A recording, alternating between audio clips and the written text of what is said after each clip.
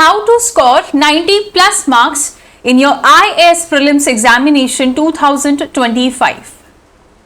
Hello everyone, IAS Cafe presents topic-wise analysis of previous year's questions from all the subjects on this platform. We had started this session from modern history of India. If we talk about the specific events which happened between 1885 to 1919, all the questions, all the PYQs based on the events which happened between this timeline हम already discuss कर चुके हैं in our last videos, जहाँ पे हम 3.1 के questions को discuss किए हैं. फिर हमने 4.1 यूनिट स्टार्ट करी. In this unit we are discussing about the era of mass nationalism. It is between 1919 to 1947. और हमने एक ब्रीफ ओवरव्यू भी लिया था उन सारे इवेंट्स का जो कि इस टाइमलाइन के बीच में हुआ. ठीक है, तो आज का जो क्वेश्चन है वो होगा हमारा क्वेश्चन नंबर 39 तक के जितने भी क्वेश्चंस हैं हम डिस्कस कर चुके हैं. जो आज हमारे चैनल पे पहली बार जुड़े हैं, प्लीज आप पहले की वीडियोस को देखो जहां पे हम क्वेश्चंस को ऑलरेडी डिस्कस कर चुके हैं. ठीक है, तो बढ़ते हैं आज का जो पहला सवाल है उसकी तरफ. Question number 39. होपफुली दो वीडियोस में ये जो एरा ऑफ मास नेशनलिज्म है उससे रिलेटेड सारे क्वेश्चंस हो जाएंगे. फिर हम आएंगे एकदम शुरुआती तौर पे 1857 के जो रिवॉल्ट है या फिर एडवेंट ऑफ यूरोपियंस है वो सेक्शन के questions and then social religious movement. ठीक है, so during the Indian freedom struggle, who of the following raised an army called Free Indian Legion? पूरी मॉडर्न इंडियन हिस्ट्री में इंडियन नेशनल आर्मी का जो topic है वो हम सबको पता है कि सुभाष चंद्र बोस से रिलेटेड है. तो ये question is very easy question. ठीक है, कि जो इंडियन नेशनल आर्मी है, फ्री इंडियन लेजियन है, इससे रिलेटेड कुछ भी आता है तो पर्सन कौन है आपके पास? सुभाष चंद्र बोस. तो he is associated person. But we will have a look on the whole thing which was done by him. तो let's take a brief review of the background. हुआ क्या था? 1 सितंबर को 1939 में वर्ल्ड वॉर सेकेंड स्टार्ट हुआ. ठीक है, और इस वर्ल्ड वॉर सेकेंड में एक तरफ ब्रिटिशर्स थे और एक तरफ जापान के लोग थे. अब ब्रिटिशर्स को ये खतरा था कि इनकी जितनी भी ब्रिटिशर्स की जो भी साउथ ईस्ट एशियन कॉलोनीज है उस पर जापान अटैक कर देगा. तो ब्रिटिशर्स को चाहिए थे इंडिया का सपोर्ट. तो हुआ क्या, 2 दिन बाद यानी कि 3 सितंबर को 1939 जो वाइसरॉय थे लॉर्ड लिनलिथगो, उन्होंने बिना इंडियन से पूछे ये डिक्लेयर कर दिया that India will be fighting alongside the Britain in the world war 2. तो इससे जनता काफी नाराज हुई. पीपल थॉट कि कम से कम 2 साल पहले आपने हमें इलेक्ट किया है सरकार में और आप बात कर रहे हो कि पूर्ण स्वराज देंगे, ये देंगे, फलाना ढिमकाना देंगे, पूछ तो लेते कम से कम. So because of this people were willing to start a mass movement, a civil disobedience movement. लेकिन गांधी जी was not ready for it. He was not ready to launch a violent movement, a civil disobedience movement at the time of World War. तो ये वो time था जब सुभाष चंद्र बोस ने कहा कि मैं अपने ही लेवल पे, जो मेरा एरिया है कलकत्ता, वहां पे कुछ स्टार्ट करता हूं अपने ही लेवल पे. ठीक है, तो यहां पे इन्होंने क्या किया, सुभाष चंद्र बोस में बहुत ही फेमस एक मॉन्यूमेंट है, that is Holwell monument. Holwell monument. और इस मॉन्यूमेंट को उड़ा दिया. अब ये मॉन्यूमेंट भाई बहुत ही ऐतिहासिक मॉन्यूमेंट है. याद करो बैटल ऑफ प्लासी, उस टाइम ब्लैक हॉल जो इंसिडेंट हुआ था आपके पास, तो उसकी विक्ट्री में ये हॉलवेल मॉन्यूमेंट बनाया गया था. तो ब्रिटिशर्स को बहुत ही ज्यादा गुस्सा आया, तो सुभाष चंद्र बोस को यहाँ पे जेल में डाल दिया गया. लेकिन वहां पे सुभाष चंद्र बोस 7 डे की हंगर स्ट्राइक पे चले जाते हैं. तो हेल्थ इश्यूज की वजह से उनको वहां से निकाला गया और होम अरेस्ट किया कि जहां वो रहते थे वहीं पे नाकाबंदी कर दी कि उनके घर में रह रहे हो, सारी तरफ पुलिस. लेकिन वहां से वो भाग निकले और पहुंच जाते हैं जर्मनी में. जर्मनी में बहुत सारे इंडियंस प्रिजनर्स ऑफ वॉर थे, उनकी मदद से जर्मनी के अंदर सुभाष चंद्र बोस ने फ्री इंडियन लेजियन बनाया, ब्रिटेन से छुटकारा पाने के लिए, भारत को आजाद कराने के लिए। ठीक है, so he was responsible for making the free Indian league. अब यहां पे जर्मनी के अंदर he doubted the intentions of Hitler, क्योंकि वो रशिया को इन्वेड करने वाले थे, लेकिन रशिया एक कम्युनिस्ट था, इंडिया उसको सपोर्ट करता था, और भी बहुत सारे रीजंस थे जिसकी वजह से उनकी बात नहीं बनी। फिर जर्मनी से वो भाग के कहां आते हैं, जापान में आते हैं। जब तक वो जापान में आ चुके थे, ठीक है, तब तक जापान में मोहन सिंह, वहां के जो आर्मी जनरल थे, जापान की गवर्नमेंट के सहारे पहली इंडियन नेशनल आर्मी बना चुके थे। So the first Indian National Army was already formed in Japan by Mohan Singh, ठीक है, बाय मोहन सिंह। लेकिन बाद में इनको जेल डाल दिया गया, बहुत कुछ हुआ, तब जाके यहां पे रास बिहारी बोस, तो ये जो सेकंड ऑप्शन है that is a Ras Behari Bose, it is related to the first phase, first formation of the Indian National Army. तो रास बिहारी बोस ने ये जो यहाँ पे इंडियन इंडिपेंडेंट लीग बनाई थी, ठीक है, तो फर्स्ट नेशनल आर्मी के टाइम पे जो इंडियन इंडिपेंडेंट लीग बनाई थी, उसकी डोर सुभाष चंद्र बोस के हाथ में दी थी। तो क्या हम रास बिहारी बोस के बारे में भी जानते हैं? ठीक है, सबको पता है, यहाँ पे दो नाम इंपॉर्टेंट है। एक, फ्री इंडियन लेजियन किसने बनाया? सुभाष चंद्र बोस ने। कहां बनाया? जर्मनी में, इंडिया में नहीं। और फिर रास बिहारी बोस, ये इनका नाम एसोसिएटेड है आपके पास किसके साथ? रास बिहारी बोस के साथ एसोसिएटेड है Indian Independent League. Indian Independent League किसने बनाया? रास बिहारी बोस ने। First Indian National Army by Mohan Singh, जो कि आगे जाके कौन कंट्रोल करते हैं? सुभाष चंद्र बोस। ठीक है, अब can someone tell me about Lala Hardayal? कहां सुना था हमने लाला हरदयाल? लाला हरदयाल कहां सुना था? गदराइट रिवॉल्यूशन पढ़े थे, गदर रिवॉल्यूशन, ठीक है, उसमें जो लीडर थे वो कौन थे? लाला हरदयाल। अब आप मुझे बताओगे कि VD Savarkar is related to which revolutionary activity or any other event? You have to tell me in the comment section about the V.D. Savarkar. ठीक है, moving towards the next question of today. तो answer clear है, answer है सी, that is Subhash Chandra Bose. तो इसका answer क्या हो जाएगा? सी। बढ़ते हैं, हमारा जो अगला सवाल है उसकी तरफ।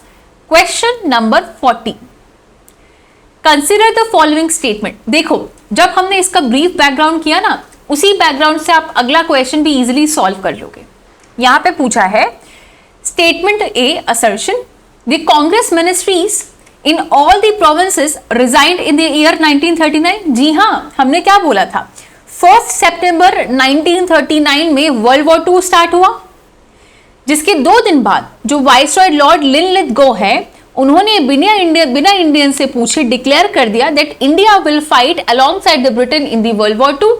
सो एज अ प्रोटेस्ट जितनी भी कांग्रेस मिनिस्ट्रीज हैं उन्होंने यहां पे रिजाइन कर दिया। तो ये स्टेटमेंट करेक्ट है, डिस्कशन भी हो गया। ठीक है, अब रीजन को पढ़ते हैं। The Congress did not accept the decision of the viceroy to declare war against the Germany in the context of second. Yes, यही रीजन था। सो यहां पे assertion and reason are individually true and reason is the correct explanation। तो यहां पे answer हो जाएगा A। ठीक है, okay, moving towards the next question, question number 41, which one of the following suggested the reconstitution of Viceroy's Executive Council in which all the portfolios including that of the war members were to be held by the Indian leaders? Repeated question है, as it is question repeat हुआ है। Can someone tell me क्या answer है इसका? ये कौन से event में बोला गया था? क्या ये साइमन कमीशन में बताया गया था? क्या ये शिमला कॉन्फ्रेंस के अंदर बात हुई थी? क्रिप्स मिशन या cabinet mission? Who will tell the answer? It is a repeated question, language भी चेंज नहीं हुई है। चलो लाइन से सारे इवेंट को डिस्कस करते हैं और जैसे ही हम इवेंट को डिस्कस करेंगे तो हमें मालूम चल जाएगा कि आंसर क्या। ठीक है, सबसे पहले हम बात करेंगे about the Simon commission. Timeline के हिसाब से चलते हैं। 1927, बार बार रिपीट करूंगी, गवर्नमेंट ऑफ इंडिया एक्ट 1919, ये बहुत ही इंपॉर्टेंट एक्ट है। इसको मॉन्टेग्यू चैम्सफोर्ड रिफॉर्म भी बोला जाता है। इस एक्ट में ये बोला गया था कि 10 साल बाद, दैट इज 10 years लेटर, तो हम मान सकते हैं 1929 में एक ऐसी कमीशन बनाई जाएगी which would be responsible for certain constitutional reform. वो हमें रिकमेंडेशन देंगे।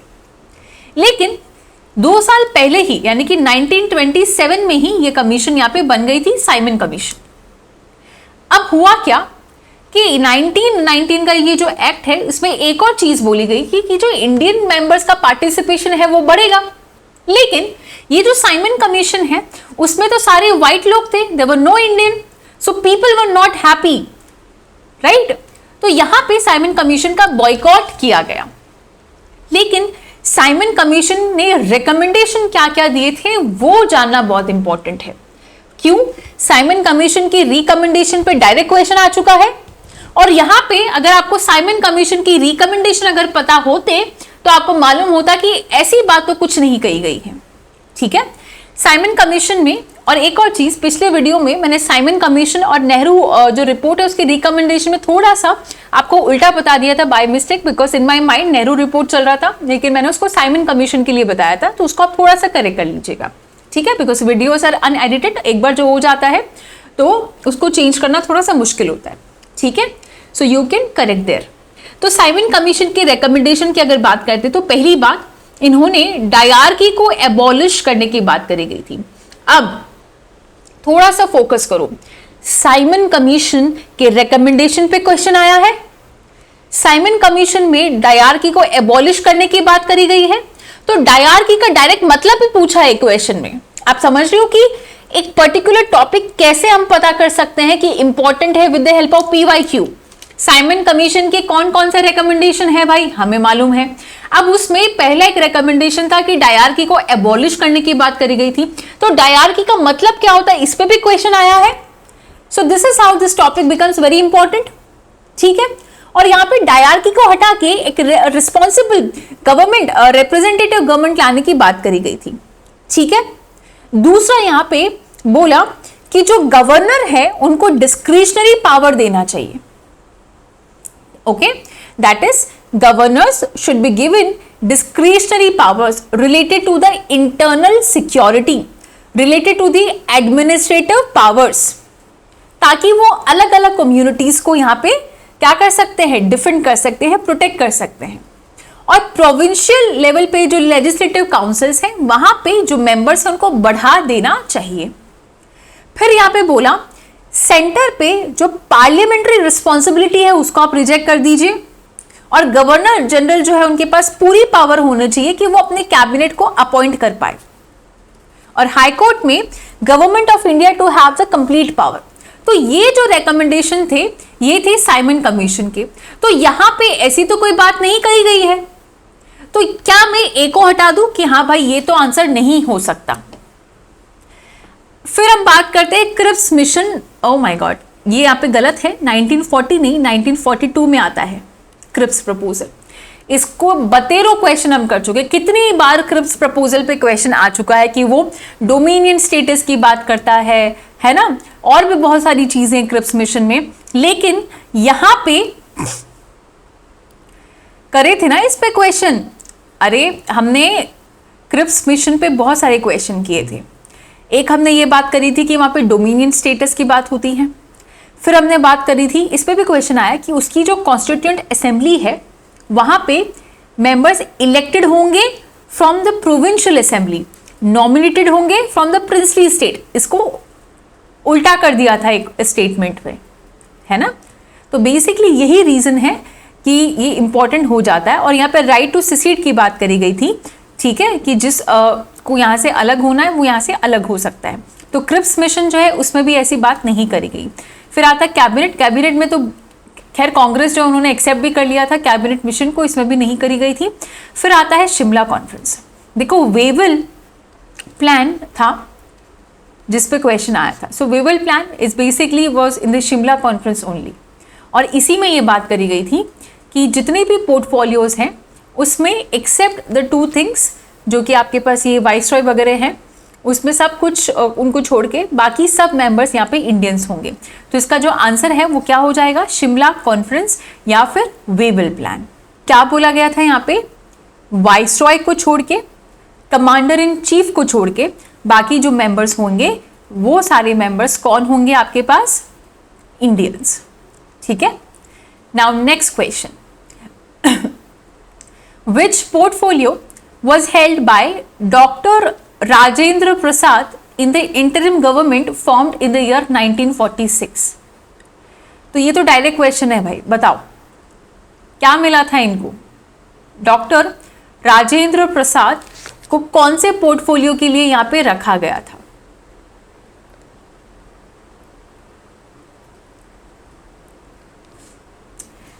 राजेंद्र प्रसाद जो है इनको फूड और एग्रीकल्चर पोर्टफोलियो में रखा था जब इंटरिम गवर्नमेंट बनी थी 1946 में. इनका बहुत स्ट्रॉन्ग बिलीफ था कि अगर हम क्रॉप प्रोडक्शन को बढ़ाते हैं, अगर हम फार्मर्स की लाइफ्स को इम्प्रूव करते हैं तो ये हमारी कंट्री के लिए बहुत अच्छा होगा. और इन्होंने स्लोगन भी दिया था, ग्रो मोर फूड. हमें ज़्यादा से ज़्यादा फूड को यहाँ पे ग्रो करना चाहिए. ठीक है. तो यहाँ पे फूड और एग्रीकल्चर जो है वो यहाँ आंसर हो जाएगा. Next question, who among the following was the president of Indian national Congress when the resolution of पूर्ण स्वराज वाज पास. इसमें से घुमा फिरा के कितनी बार क्वेश्चन आया है कि पूर्ण स्वराज कौन सा सेशन था इंडियन नेशनल कांग्रेस का जब पूर्ण स्वराज टारगेट लिया गया, या फिर पर्टिकुलर लाहौर सेशन में कौन सा गोल था, क्या डोमिनियन स्टेटस था या फिर पूर्ण स्वराज था या फिर क्या था. अब ये लोग पूछ रहे हैं कि इसके अंदर आपके पास जो प्रिसाइडेड पर्सन थे वो कौन थे, हु प्रिसाइडेड दिस. तो यहाँ पे इट वाज क्लियर और in the Lahore session. Lahore session जो था 1929 का, ये अपने आप में बहुत ज़्यादा इंपॉर्टेंट हो जाता है, जिसमें नेहरू जी ने क्या कहा था कि अब हमारा जो गोल है, अब हमारा जो ऑब्जेक्टिव है वो क्या है, complete independence. It is not the dominion status any more. तो आंसर क्या है, जवाहरलाल नेहरू. अब साथ साथ में नाम को भी आप प्रिपेयर करते चले, जैसे लाला लाजपत राय है, इनके बारे में आपको मालूम होना चाहिए कि ये नॉन कॉपरेशन मूवमेंट में थे. बट यहाँ पे ये लड़ते लड़ते इनकी इतनी पिटाई हुई ब्रिटिशर्स की कि बाद में इनकी डेथ हो जाती है, और इसका जो रिजल्ट है वो बेसिकली इस पूरी मूवमेंट का वो नहीं देख पाते हैं. ठीक है. दादा भाई नौरोजी की जो इकोनॉमिक थियरी है उससे रिलेटेड भी आप चीजें पढ़ लें. Surendra Nath Banerjee, he is also associated with the most famous Congress session. तो ये जो नाम है उनको भी आप प्रिपेयर कर लें. ठीक है. Now moving towards the next question. ये तो बहुत ही ईजी और डायरेक्ट क्वेश्चन है. Question number 44. Question number 44, which of the following pairs are correctly matched. Champaran, Ahmedabad mill workers और खेड़ा सत्याग्रह. देखो गांधी जी के ये 3 इवेंट्स हैं जो कि बहुत ही ज़्यादा इंपॉर्टेंट हो जाते हैं. तो इन तीनों में ही गांधी जी ने अपनी एक टीम बनाई थी. अगर हम चंपारण सत्याग्रह की बात करते हैं जो कि 1917 में हुआ था, तो यहाँ पे राजकुमार शुक्ला पर्सन थे जिन्होंने रिक्वेस्ट किया था गांधी जी को कि हमारी यहाँ पे आके आप मदद करें. ओके. और क्योंकि यहाँ के जो लोग हैं वो टिंकातिया जो सिस्टम है वहाँ पे इस सिस्टम की वजह से बहुत ज़्यादा परेशान हो रहे थे. उसी के साथ यहाँ पे उन्होंने अपनी टीम बनाई और इस टीम के थ्रू इन्होंने पूरा जो सोल्यूशन है वो निकाला. ठीक है. तो इसमें चंपारण में राजेंद्र प्रसाद जी थे, खेड़ा में वल्लभ भाई पटेल थे, अहमदाबाद में ये Morarji Desai was not the person. यहाँ पे आंसर है सी. ये डायरेक्टली आप स्पेक्ट्रम में देखिए, साफ साफ नाम लिखा है, इसमें कुछ समझाने जैसा नहीं है. ठीक है. Next question, question number 45. Consider the following statement. Lord Mountbatten was the viceroy when the Shimla conference टूक प्लेस. नहीं, अभी अभी हमने किया यार ये क्वेश्चन, अभी अभी किया. ये देखो क्वेश्चन नंबर 41 में जब शिमला कॉन्फ्रेंस डिस्कस किया, हमने क्या बोला कि इसी के टाइम पे क्या था, वेवल प्लान था. है ना। वेवल प्लान ऑफ 1945 कब हुआ था? शिमला कॉन्फ्रेंस पे। तो यहाँ पे जो वॉइस रॉय है क्या वो माउंटबेटन है? नहीं, वेवल है। तो ये गलत है स्टेटमेंट। सेकंड है Indian national revolt 1946 took place when the Indian sailors in Royal Indian Navy at Bombay at Karachi rose against the government। जी हाँ, रिट म्यूटनी को याद करो। Statement B is correct. अगला question, in October 1920 which of the following headed a group of Indians gathered at Tashkent to set up a communist party of India। यहाँ पे MN Roy बहुत ही इंपॉर्टेंट नाम है। आज का जो सेशन है उसमें हम इतना ही करेंगे। अगले सेशन में हम एमएन रॉय के बारे में डिटेल डिस्कशन करेंगे, उनसे रिलेटेड ये जो कम्युनिस्ट पार्टी है उसको लेके हम डिटेल डिस्कशन करेंगे। और आपका होमवर्क है कि बाकी की जो 3 पर्सनैलिटीज हैं, एच.के. सरकार, पी.सी. जोशी, एम.सी. चागला, आप इनके बारे में पढ़ के आएंगे। ठीक है, so this is where we end. आज 6 क्वेश्चन हम डिस्कस कर चुके हैं। Then we will move towards the next session. So thank you so much. अगर आपको हमारे क्वेश्चंस का इनिशिएटिव पसंद आ रहा है, you can support our channel by subscribing. और ज़्यादा से ज़्यादा जब आप लाइक करोगे ना, तभी हमें समझ आएगा कि ठीक है, we are going on a right track.